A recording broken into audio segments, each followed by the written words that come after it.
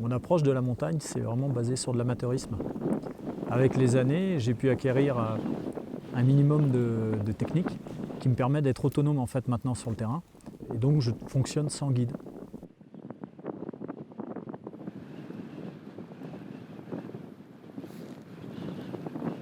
Quand je pars en montagne, en général, je recherche deux choses. La première, c'est vraiment une relation intime avec la nature. Et la deuxième, c'est quand même un dépassement physique. Ok, c'est bon.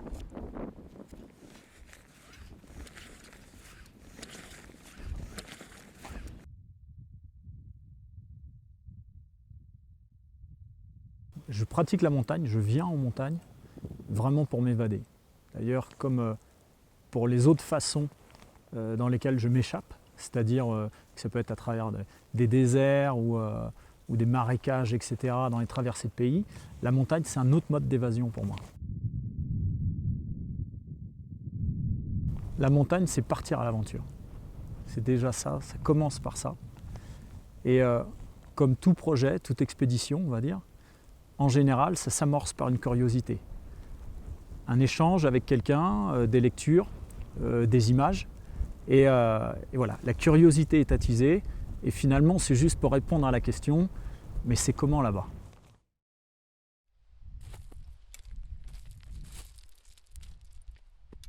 La randonnée classique, oui, c'est quelque chose qui m'attire depuis très longtemps et que je pratique depuis très longtemps. Ouais. Et c'était peut-être aussi un préalable aussi pour pouvoir ensuite franchir ce pas et aller sur l'alpinisme. Peut-être voir ce qui se passe un peu plus haut que les lieux que je fréquente depuis une bonne dizaine ou une bonne quinzaine d'années.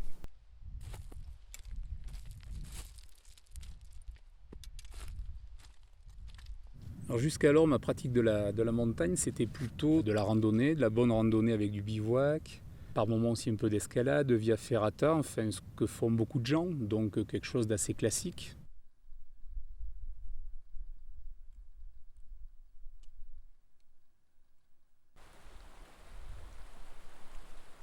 Physiquement, là, ça va. Maintenant, moi, ma grosse interrogation, c'est par rapport à l'altitude. Au-delà de 4000 mètres, j'ai jamais pratiqué, donc je ne sais pas comment je vais me comporter, aussi bien physiquement que psychologiquement. C'est la grosse interrogation. Ouais. Ça met un peu de piquant en même temps.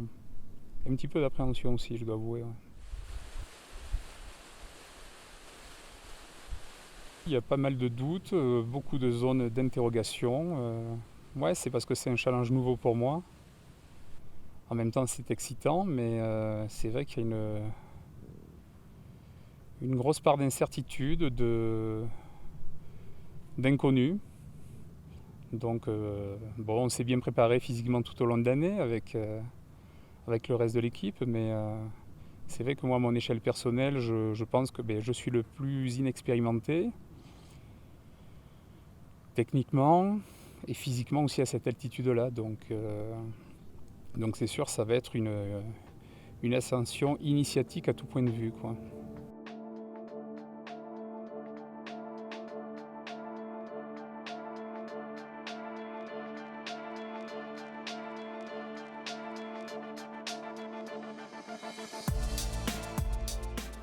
Alors les toits de l'Europe, qu'est-ce que les toits de l'Europe? Déjà ça part du challenge des Seven Summits, c'est un challenge qui consiste à gravir chaque point culminant de chaque continent. Et il y avait ce problème sur l'Europe. Finalement, mais quel toit? Quel est le point culminant de l'Europe? Donc au niveau géopolitique, c'est bien le Mont Blanc, mais au niveau des plaques continentales, c'est l'Elbrus finalement à 15 km près, qui est le point culminant de l'Europe. Même si dans le milieu de l'alpinisme, ce qu'on a fait, que ce soit le Mont Blanc ou l'Elbrus, ça n'a rien d'extraordinaire, mais pour moi, vu que c'était la première fois, vu que le milieu alpin, je le connais depuis peu, que ce soit l'alpinisme ou la haute montagne, oui, c'est une aventure avec un grand tas. Et donc l'idée, c'était justement d'aller voir de plus près un peu les similitudes, les différences entre ces deux sommets. Et puis si on pouvait redonner en même temps une place légitime à l'Elbrus au sein du grand public, ça serait pas mal. Quand on réalise qu'on va monter le Mont Blanc ou l'Elbrus, bon, ça fait quelque chose, surtout quand on lit les récits sur des blogs, etc. Mais mon état d'esprit, c'est un mélange de ces deux sensations. L'excitation, vraiment d'y aller, de m'y confronter, de m'y retrouver, mais en même temps aussi l'appréhension, de savoir si j'allais être à la hauteur.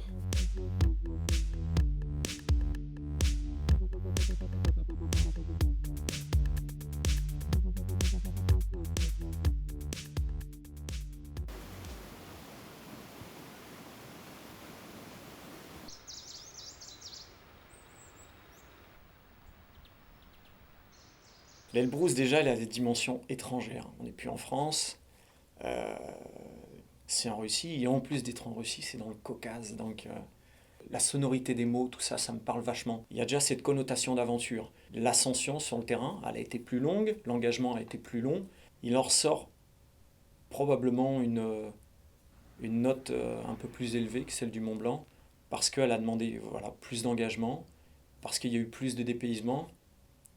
Et rien à voir avec l'altitude ou autre, hein, mais il y a eu plus de partage, plus d'aventure.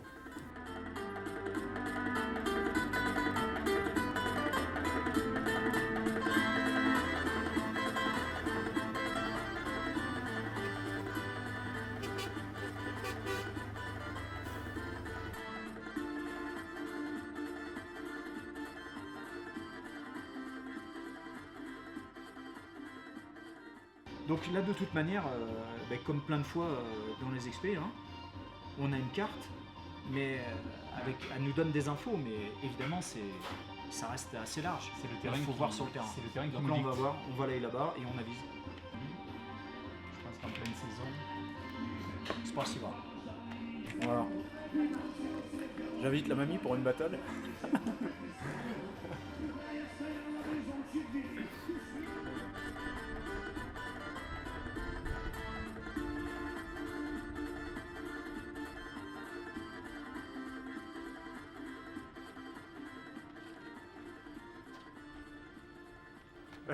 On cherche une aire de bivouac. L'aire de bivouac, ça veut dire un endroit relativement confortable et où on peut avoir de l'eau. Donc de l'eau, je crois qu'on va pouvoir s'asseoir dessus. C'est l'eau des glaciers, elle est pas belle du tout. Donc Laurent, lui, est parti par là-bas et moi, je suis parti derrière. Et puis la Pachamama nous offre une aire de repos là, écossaise, avec de l'herbe et une vue de dingue sur tout le massif. Donc on va s'empresser d'aller dormir là-bas.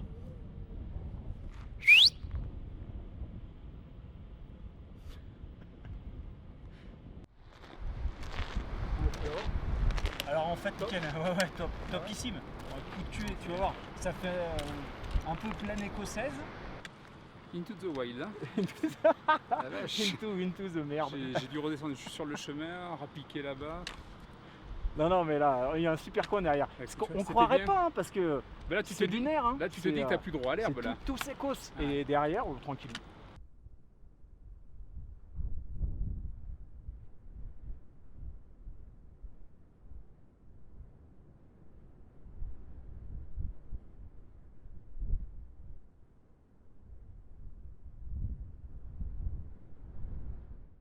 Organiser une expédition soi-même, partir sans guide, ça sous-entend beaucoup d'autonomie. Or, le champ des compétences à avoir pour ce type de projet il est quand même très large. Que ce soit au niveau technique, au niveau de la météo, au niveau des protocoles de secours, il y a plein de choses à prendre en compte. Partir sur le Mont Blanc et sur l'Elbrus sans guide, ça amène un challenge supplémentaire. Parce qu'un guide de haute montagne professionnel, c'est quelque chose de très rassurant, de par son expérience de terrain et son niveau technique. Partir avec quelqu'un de complètement novice sur le milieu de la haute montagne, pour moi c'était à la fois un plaisir de partage, de lui faire découvrir un univers qu'il ne connaît pas, et en même temps un challenge.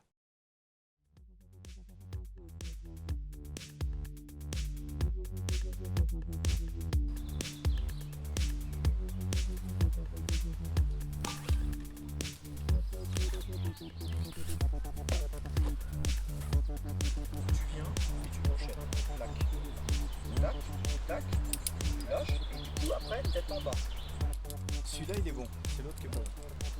Ouais. Pourquoi t'en as trois? Enlève celui que tu penses qui n'est pas bon.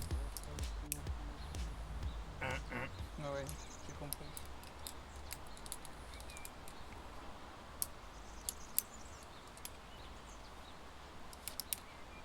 Voilà, et là est-ce que je dois passer au milieu, je me souviens. Alors si si tu dois t'encorder ou passer quelque chose, tu le passes au milieu. Pourquoi? Parce qu'on a dit, si tu le fais pas, tu peux ton Ça nœud glisse. qui va tomber ici, et résultat après il va partir là, et tu peux te retrouver comme ça sur le côté. D'accord?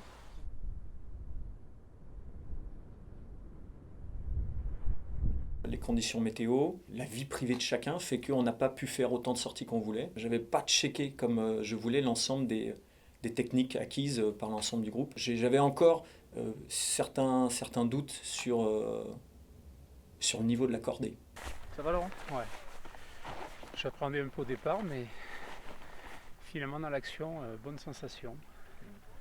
J'appréhendais un petit peu surtout avec la soupe, surtout sur chaque appui, mais dans les traces, c'était assez stable finalement. Donc t'es rassuré? Ouais. Ben, il me fallait ça pour me remettre un peu en confiance. Ouais.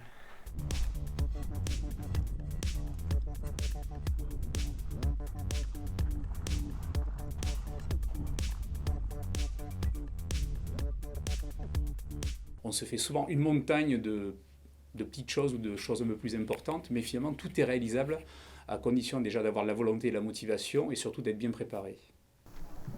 Le départ d'ici, ouais. Le dôme, On monte jusqu'au dôme. le valo. Valo. Après, il y a les 2 bosses. Et l'arête finale qui est un peu aérienne en fait. Tu vois? Après les 2 bosses là. Donc c'est bien qu'on ait fait cette arête là aujourd'hui. La voie normale, évidemment, est surfréquentée. Donc, ouais, c'est pas la montagne idéale. J'avais pas envie de faire le Mont Blanc parce que ça ressemble à ma montagne idéale. J'ai envie de faire Mont Blanc parce que c'est le Mont Blanc. Et puis l'Elbrus parce que c'est l'Elbrus. Ben, je trouve que le Mont Blanc, entre guillemets, est plus sécurisant. Il est plus aménagé.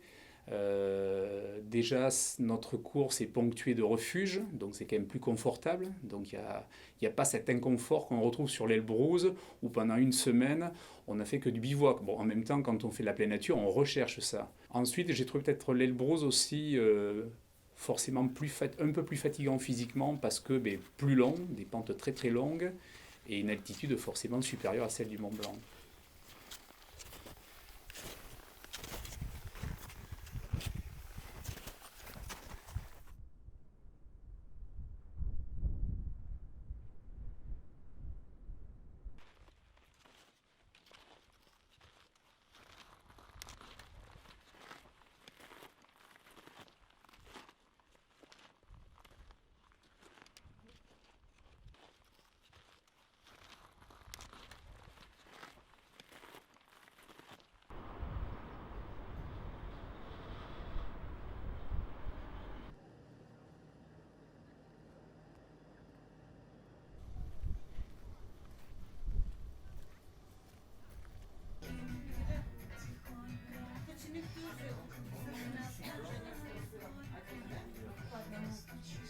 Je découvre ce type d'ascension avec autant d'aménagement et autant de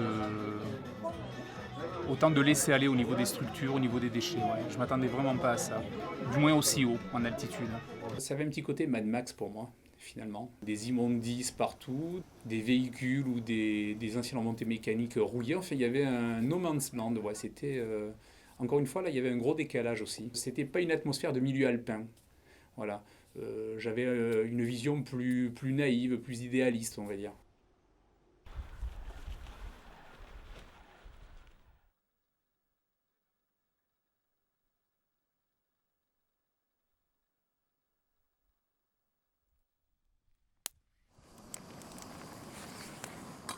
Ça se rafraîchit un petit peu, hein. Ouais. On va mieux dormir. Je vais pouvoir fermer le duvet. Ah, par rapport, t'as eu trop chaud, T'as fermé le duvet, toi? Non. Ah ouais, putain, tu me rassures. Sur le matin, je l'ai refermé. Sur le matin, j'ai eu un peu froid.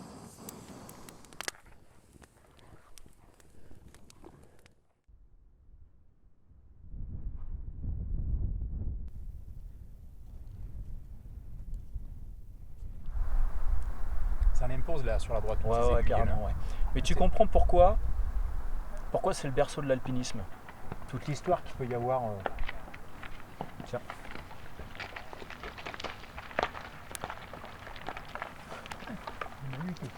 Tu comprends pourquoi le couloir du goûter, faut se méfier. Sur la gauche, il y a une qui est vraiment partie loin. On sortait du dérochoir, donc c'était l'approche. On n'avait même pas encore les pieds dans la neige, hein. C'était dérochoir, il doit sortir à 2700 mètres, je crois, sur Mont-Blanc. Mais c'est le moment où on aperçoit le couloir du Goutet, le refuge du Goutet. Et là, on rentre de plein pied dans l'histoire du Mont-Blanc. Et là, je me souviens que ouais, l'émotion, elle arrive et on se fait rattraper par l'histoire. Là, on voit bien les deux refuges. Hein. Il a l'air énorme, celui du Goutet, là. Là, ça commence à donner envie. Là. C'est marrant, il y a des stades où ça me fait un peu ça dans les autres voyages, les autres aventures, où tout à coup, je sais pas, il y a quelque chose qui te fait immerger complètement, quoi, d'un coup. Et tu peux en être touché, tu vois.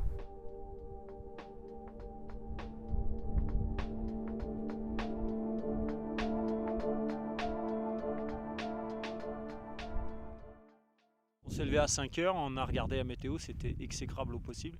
Ils annoncent des rafales à 120 km/h à 4000 mètres. Et ce matin, ça soufflait vraiment très fort, il pleuvait, donc c'était illusoire. Donc on n'est pas parti à 5h. Demain, quoi qu'il advienne, on ne pourra pas faire le sommet, c'est pas possible. Il y a encore des rafales pareilles, donc c'est impossible demain de faire le sommet. Donc de toute manière, qu'on soit bloqué au refuge du Goutet ou ici, c'est un peu la même. Et après, il y a juste une question financière. On a réservé au refuge du Goutet, on n'a pas réservé ici. Mais bon, il ne faut pas que les finances rentrent dans la donne, quoi.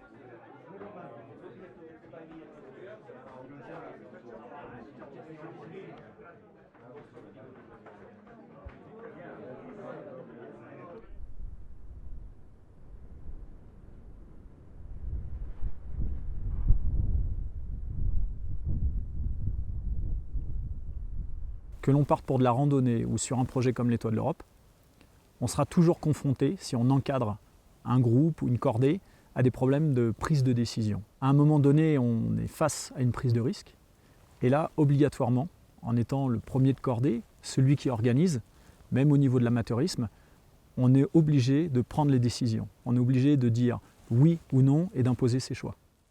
En montagne, finalement, le facteur qui peut changer toute la donne, c'est la météo. Bonne, mauvaise, ça peut être le paradis comme l'enfer. Et on a eu un peu toutes les phases sur les deux sommets. Et donc ça rappelle que la haute montagne, il y a aussi de la chance. Ça change complètement l'aspect d'une ascension, complètement l'aspect d'une aventure. Tout le relief peut être donné rien que par la météo.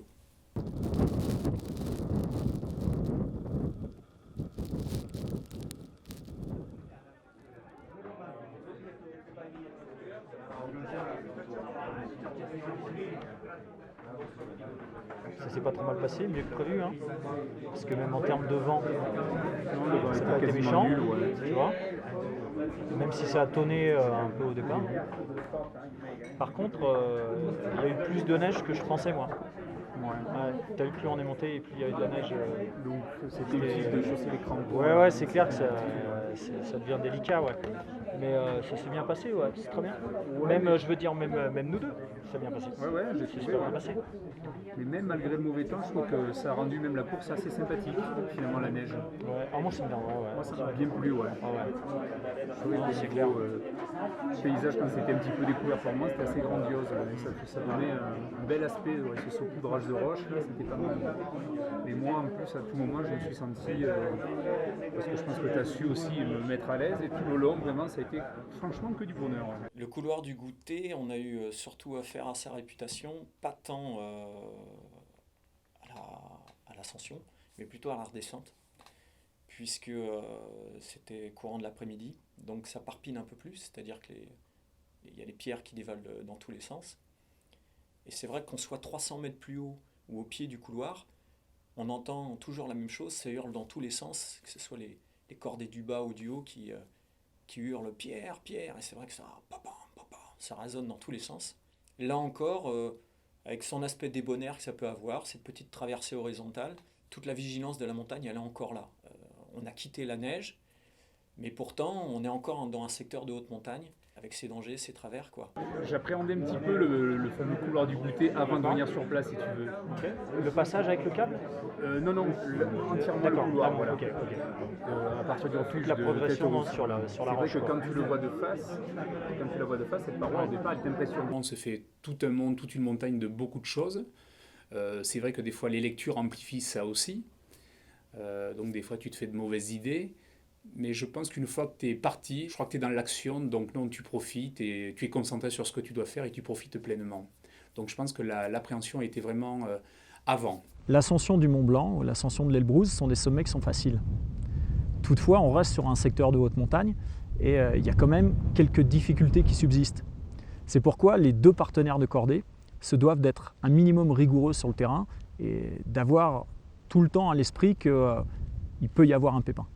L'histoire d'une cordée sur le terrain, ça ramène sur un pied d'égalité. C'est-à-dire même s'il y a une différence de niveau entre le leader et le second de cordée, le second de cordée devient quand même responsable lui aussi du leader. Progresser en cordée sur un glacier ou sur une arête, ça nécessite d'avoir un minimum de confiance avec son partenaire.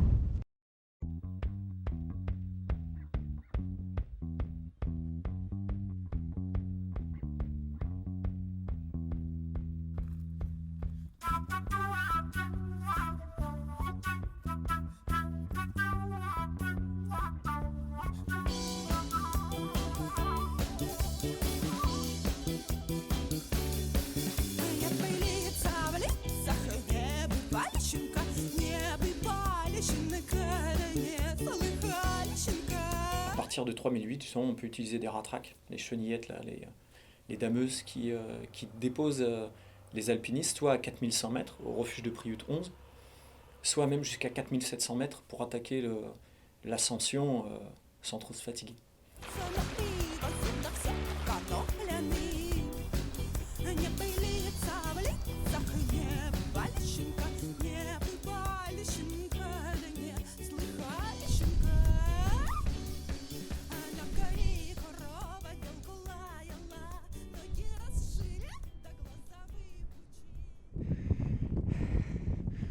Je réalise pas trop encore. J'ai eu un petit mal de tête, mais ça va beaucoup mieux là. Et le fait de voir le Mont Blanc à portée de la main, ça remet du baume au cœur. On était au Dôme du Goûter, et puis la météo était splendide. Et il y a Laurent qui me fait il y a le Mont Blanc qui s'offre à nous, il attend plus que nous, quelque chose comme ça. Et je me souviens que moi je lui avais dit, vaut mieux pas vendre la peau de l'ours avant de l'avoir tué, on sera au sommet quand on sera au sommet, parce qu'il peut se passer encore plein de choses. La météo, ça tourne vite, il y a les champs de crevasses, il y a tout ça, il y a l'arête sommitale, il y a plein d'éléments qui font que c'est encore loin d'être joué. Et puis en plus, il y a la redescente derrière. En tout cas, moi, le moment souvent qui me revient à l'esprit, dans sa globalité, sur les deux ascensions, finalement, c'est l'assaut final du Mont Blanc. Physiquement, j'avais rarement ressenti un bien-être aussi intense, pourtant c'était difficile, et c'était surtout la contemplation qui l'emportait. Là, ça a été le pied. Et en plus, le crissement de ces pas sur la neige, enfin, tout y était, quoi. L'ambiance, l'atmosphère était idéal pour moi. Et ça, c'est l'image, c'est le petit film qui reste vraiment gravé, qui surpasse tout le reste.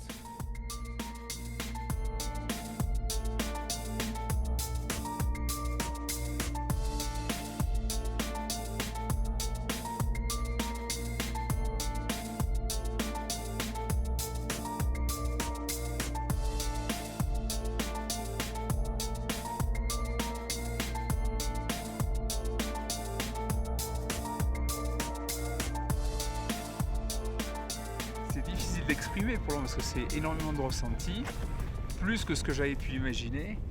Ça me prend aux tripes, ça certainement que les larmes en sortent d'ailleurs. Non, je suis surpris d'être aussi ému. Ouais. Tout l'investissement que tu as pu y mettre dans ce projet, les sacrifices familiaux, tous les gens qui ont contribué à ce que ce projet puisse aboutir. Et beaucoup de gens autour de moi ont fait des sacrifices pour que je puisse très souvent aller m'entraîner. Et tu penses aussi à tous tes proches, tu savoures aussi le moment avec tes compagnons de cordée. C'est une belle émotion. Alors nous avons pris le parti de faire les deux voies normales pour avoir un point de vue de comparaison assez proche. Donc c'est vrai que ce sont deux voies très fréquentées, autant l'une que l'autre, internationales autant l'une que l'autre, plus ou moins aménagées. Après, est-ce qu'il y en a une qui est plus authentique que l'autre? C'est compliqué à dire. C'est vraiment complexe. C'est vraiment complexe. Il faudra attacher à ça un peu la définition de l'authenticité sur une voie d'alpinisme.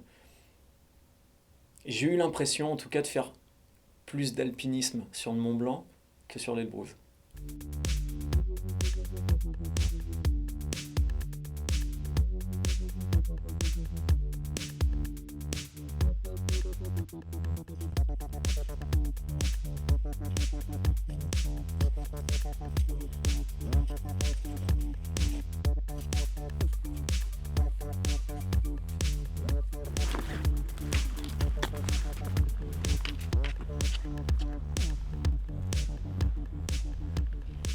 Bon, bah, on a le droit de poser les sacs. Hein. Je suis juste un peu cramé, On a fait le plus dur. rincé. Enfin, bon. Là, il n'y a plus personne à la conciergerie. Là. Je rends les clés. Bah voilà, on est monté à 4614 mètres avec tout le barda. Dernière fois pour ce Ah oui, séjour. on montera pas plus haut avec tout le sac. L'ascension entière a été un petit peu dans la douleur et notamment les derniers mètres là, qui étaient un peu plus abrupts.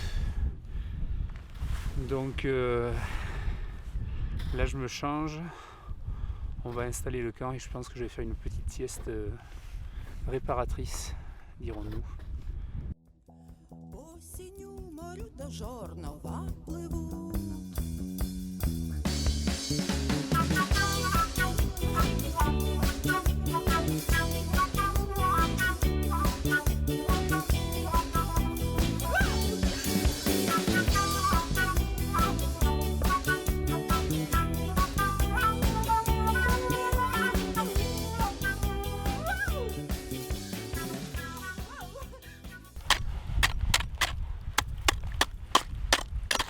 On prend de l'eau parce qu'évidemment on gagne énormément de temps, du gaz, à prendre directement de l'eau plutôt que de la neige. Donc le but du jeu c'est de casser la croûte de glace pour essayer de trouver les filets d'eau en dessous. Donc voilà, et là maintenant qu'on a un filet d'eau, c'est d'essayer de faire une petite mare pour pouvoir mettre les bouteilles. Là j'essaye de faire un petit cours d'eau. Voilà. Voilà. Donc le plus important c'était rapidement d'installer les tentes dans les zones de bivouac, c'est-à-dire avec des murs de pierre, parce que ici normalement ça va envoyer au niveau du vent et au niveau de la neige, donc il faut vraiment s'abriter quoi. Donc vraiment aubaner les tentes, etc. C'était capital. Et comme il a neigé hier, eh bien, il a fallu pelleter. Voilà. Et la deuxième phase donc c'est trouver de l'eau. C'est évidemment pour l'acclimatation, rien de plus important que de boire. Le plus difficile à gérer sur le terrain, ça n'a pas été forcément l'itinéraire, la technique, la météo, ce à quoi on s'attend en fait finalement, ce à quoi on se prépare le plus. Mais ça a été vraiment la gestion de l'humain. Donc pas seulement de Laurent, du second de cordée, mais aussi de moi-même. C'est vraiment toute l'attention qu'il faut porter à l'un et à l'autre. Non, ça va moyen, ça va mieux assis ou allongé. Debout, j'avais l'impression de perdre l'équilibre à tout moment. Donc là, je vais m'octroyer 1 heure et demie de repos et de retraite, voilà, histoire de me retaper un peu de la nuit dernière, pour ensuite manger, engranger de l'énergie pour demain matin, puisque le réveil va être très très matinal. Je ne sais plus si on se lève sur les 1 heure ou 2 heures ou 3 heures, enfin, on doit faire le débrief tout à l'heure. Voilà. Bon, un dernier petit topo sur la carte avant de partir demain. Demain, donc, c'est la première tentative pour le sommet. Donc, enfin, je crois que ça fait 8 jours, je calcule même pas trop, je crois que ça fait 8 jours ouais, qu'on est ici, 7-8 jours. Et donc, sur le timing qu'on a, on a 2 tentatives possibles pour faire le sommet. On est sur le bivouac le plus haut, donc on est à un peu plus de 4600 mètres d'altitude. Donc on n'est pas très loin de l'altitude du Mont Blanc. Donc la dernière fois, c'est là où on s'est arrêté. Et là, c'est là où on va commencer l'ascension. Donc tout comme le Mont Blanc où il y avait 1000 mètres de dénivelé pour faire le sommet, là on aura 1000 mètres de dénivelé, mais cette fois on part quasiment de l'altitude du Mont Blanc. Donc on est vraiment sur une ambiance très alpine, on est vraiment sur une ambiance de haute montagne, et ça c'est vraiment classe. Pour un bivouac, c'est vraiment classe. Alors Mont Blanc versus Elbrouz, en termes de paysage, je suis un peu plus fan de la vallée du Mont Blanc, même si celle du Caucase est très jolie tout de même.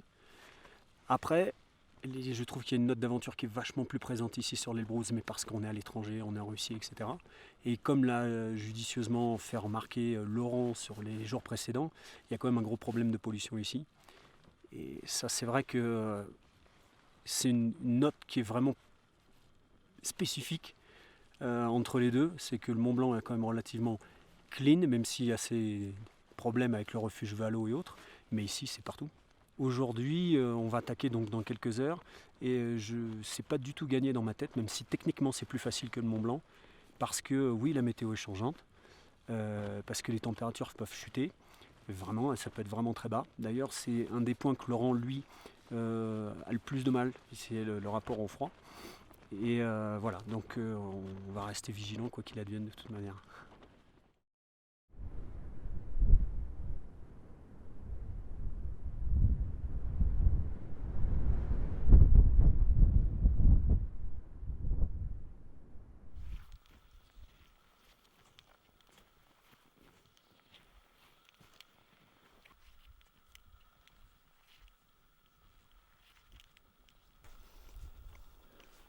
T'as pas froid? Non, ça va. Le cul dans la neige? Non?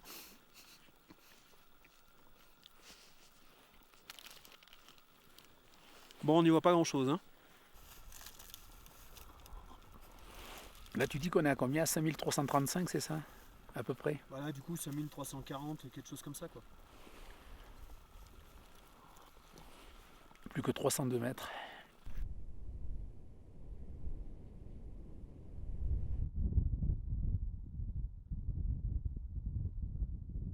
Alors, moment fort sur l'Elbrouz, finalement, je l'assimile à un moment peut-être de petite souffrance, notamment après le col, quand on était dans le brouillard depuis quelques heures. Le dénivelé était fort. J'ai l'impression encore d'entendre dans ma tête un petit peu la respiration haletante et où je cherchais vraiment mon second souffle pour pouvoir continuer l'ascension. Et malgré, alors je suis peut-être un petit côté maso, mais même si c'était pas forcément un moment de grand bonheur, j'en conserve finalement un très bon souvenir. Peut-être parce qu'on y va aussi pour ça.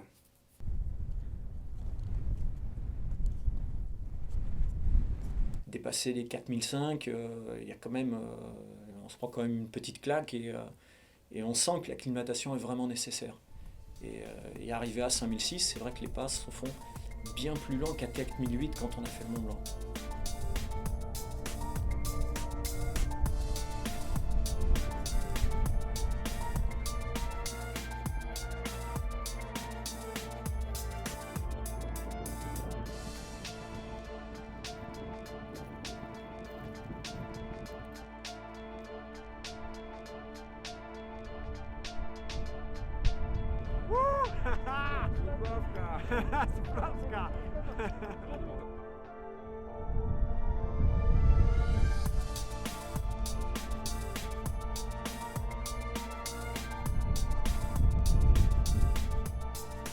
Ouais, pas mal d'émotions.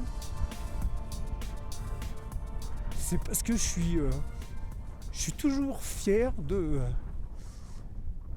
mettre du piment dans ma vie et de me dire tu restes pas le cul dans ton canapé et tu fais en sorte que ta vie elle ait du relief, elle ait de la gueule.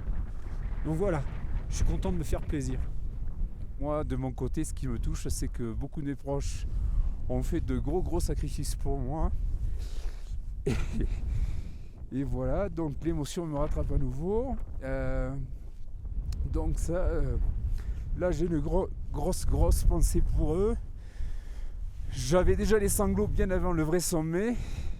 J'avais même du mal à voir les traces que me laissait Willy. On fait ces aventures aussi pour vivre des instants forts, des émotions, Et si on ne se laisse pas un peu aller pour les vivre pleinement, c'est un peu dommage finalement. On a l'impression que les portes s'ouvrent. Et le cœur, l'esprit, tout ça, ça s'échappe un peu, quoi. Ça prend un grand bol d'air.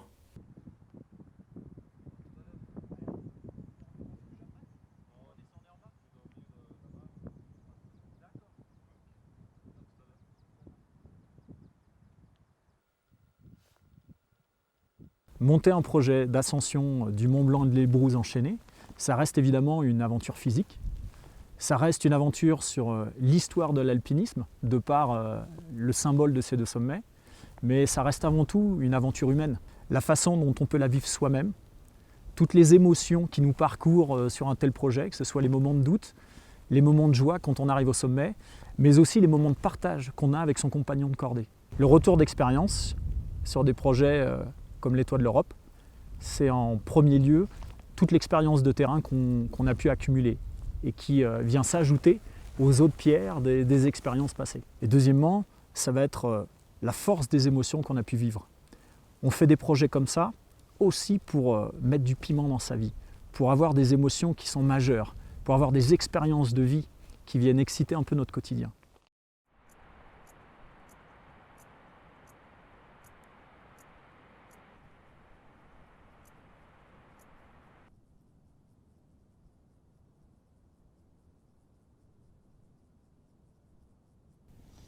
Bon, il a tendance à garder un petit chapeau. C'est difficile pour lui d'avoir les deux têtes hors des nuages. Sur le Mont Blanc, ce qui m'a époustouflé, c'est la somptuosité du massif, qui est vraiment incroyable, et l'histoire qui est chargée et qui en dégorge tout le temps sur chaque pas. Après, sur le massif de l'Elbrouz, déjà il y a le côté russe qui est partie prégnante. Ça transpire la Russie, et ça c'est quelque chose qui lui donne une identité à part. Et le fait qu'il soit absolument colossal, qu'il ait une base énorme, et on a l'impression que c'est un massif à lui tout seul, voilà, qu'il a des épaules avec ses deux sommets, qu'il a des épaules ultra carrées et qu'il en impose. Il y a une différence de culture qui est flagrante sur l'approche de l'alpinisme qui est complètement différente. Et sur la façon, je dirais, d'exploiter le sommet par rapport à la population locale. La fréquentation du Mont Blanc elle est 4 fois plus importante que celle de l'Elbrouz, qui est en devenir d'ailleurs, ils le disent eux-mêmes ici. Donc ça va aller en croissant. Et d'un autre côté, il y a cette exploitation de la montagne est quand même, je dirais, plus louable sur le pôle du Mont Blanc. Ici, on a l'impression qu'on le fait un peu à la va-vite. On exploite et peut-être qu'on verra après les conséquences. Ouais, il faut quand même venir le voir. Ouais.